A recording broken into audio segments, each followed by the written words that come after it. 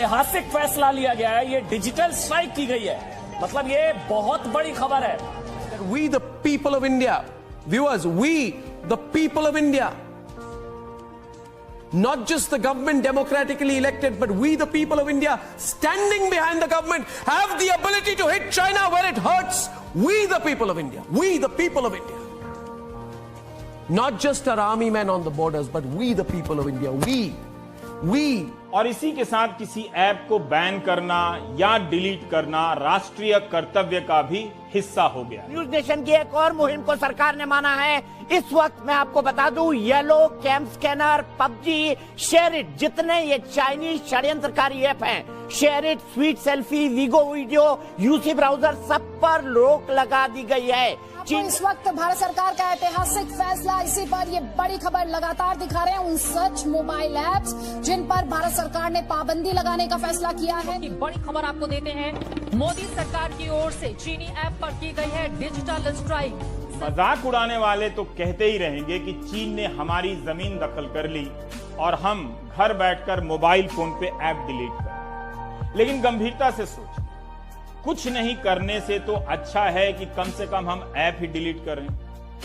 और क्या इस बात की गारंटी है कि ये किसी नए कदम की शुरुआत नहीं है? केंद्र सरकार का बड़ा फैसला है, ये बहुत बड़ा फैसला है। और सबसे पहले ही मैं भी सैनिक, ये मुहिम न्यूज नेशन ने शुरू करती थी। चाइना के अतिक्रमण, चाइना ने हमारे यहाँ जो घुसपैठ की कोशिश की थी, उसके बाद this is going to have a beautiful ripple effect, a domino effect.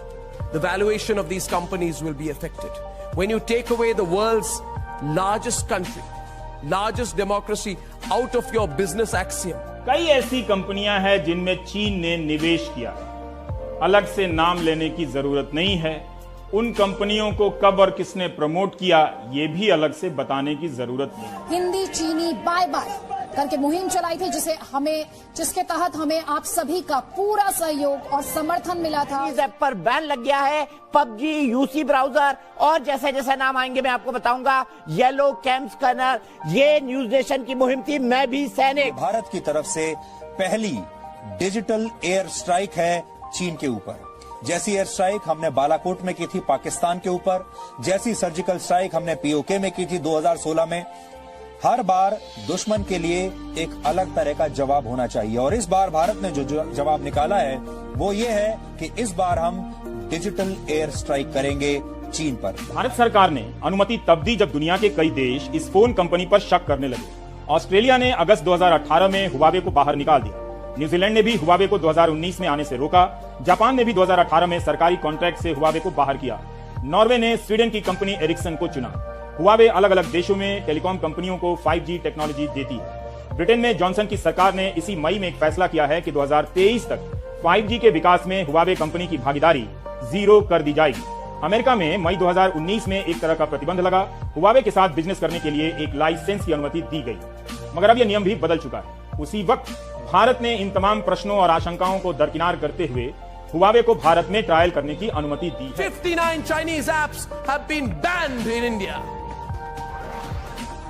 TikTok blocked, Share It blocked, UC browser blocked and much more. India defeats China's data warfare.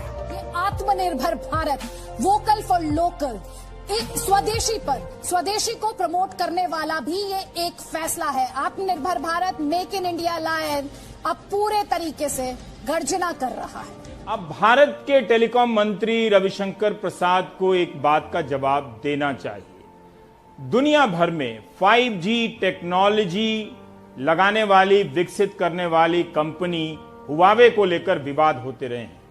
कई देशों ने चीन की इस कंपनी को लेकर राष्ट्रीय सुरक्षा के लिए खतरा माना है, लेकिन रविशंकर प्रसाद ने इस कंपनी को अनुमति दी है भारत में 5G टेक्नोलॉजी के विकास की। क्या तब उन्हें इस कंपनी से भारत की संप्रभुता को कोई खतरा लगा था? वो ये बता दें ताकि बाद में माहौल बदलने पर यह कहने की जरूरत ना पड़े कि इससे खतरा है। इस मीडिया से यही हो सकता है, यही इसकी क्षमता है। इससे आप उम्मीद करते हैं, ये आपकी मूर्खता है। ये बिक गई है गवर्नमेंट, अब गवर्नमेंट में कुछ नहीं है। आप क्रोनोलॉजी समझ लीजिए। झूठ बोलो, बार बार झूठ बोलो, जो भी बोल सकते हैं सब झूठ बोलो, जहां भी बोल सकते हैं झूठ बोलो, जितनी बार बोल सकते हैं झूठ बोलो। डूब मरो मेरे देश की सरकार चलाने वालों, डूब मरो। आपको शर्म आनी चाहिए।